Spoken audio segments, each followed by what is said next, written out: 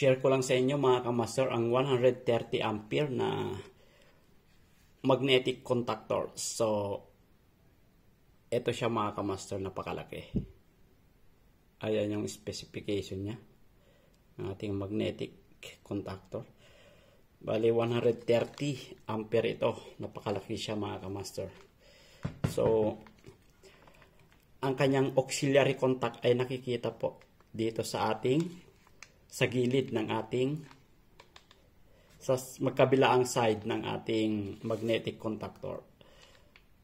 So, at ang kanyang coil naman ay dito, magkabilaan din yung ating A1, A2. Ayan, magkabilaan siya. So, ito yung kanyang coil.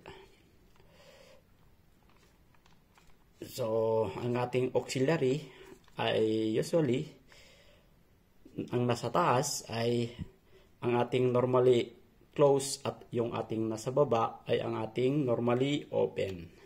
So, ganun din sa kabila. Sa taas, yung ating normally close at yung nasa baba ay ang ating normally open. So, ito naman yung terminal na ito ay dito yung ating power contact. So, bubuksan natin ngayon mga kamaster. So, ayan.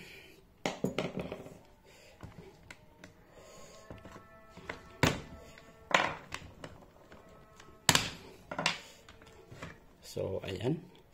Ito yung kanyang power contact. Ito yung sa L1, L2, L3 at yung T1, T2, T3.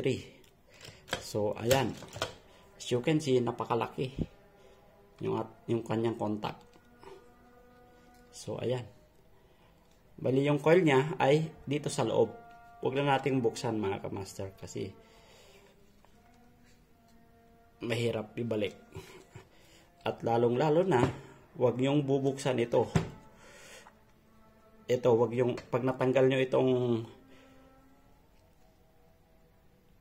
itong screw na ito, mahirap tanggalin. Mahirap ibalik. May sikreto dyan. May double lock siya sa ilalim.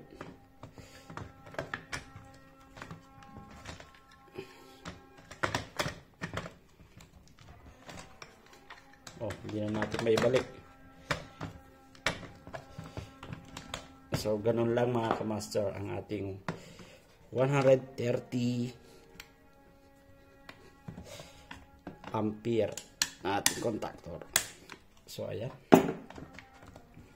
Pinasilip ko lang sa inyo mga kamaster para magkaroon kayo ng idea kung gusto nyo mag-install ng pag nag-install kayo ng 130 ampere na magnetic contactor. So, ganito kalaki. Napakalaki. So, yun lang mga kamaster yung aking may share sa inyo sa video ito.